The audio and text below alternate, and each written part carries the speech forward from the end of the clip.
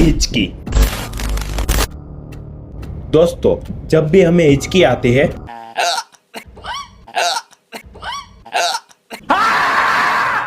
तो वो 1 minute, 2 minute या मैक्सिमम 1 घंटे तक आती है, फिर बंद हो जाती है। पर चार्ल्स ऑसबॉर्न नाम के इस इंसान की हिचकी स्टार्ट हुई थी 1922 में और बंद हुई थी 1990 में जाकर। मतलब करीब 68 साल तक नॉन स्टॉप उसकी हिचकी चलती रही। इस इंसान के नाम सबसे लंबे समय तक हिचकी लेने का वर्ल्ड रिकॉर्ड है। अगर इसकी पूरी जिंदगी की हिचकी को काउंट किया जाए तो इसका नंबर आएगा 43 करोड़ के आसपास।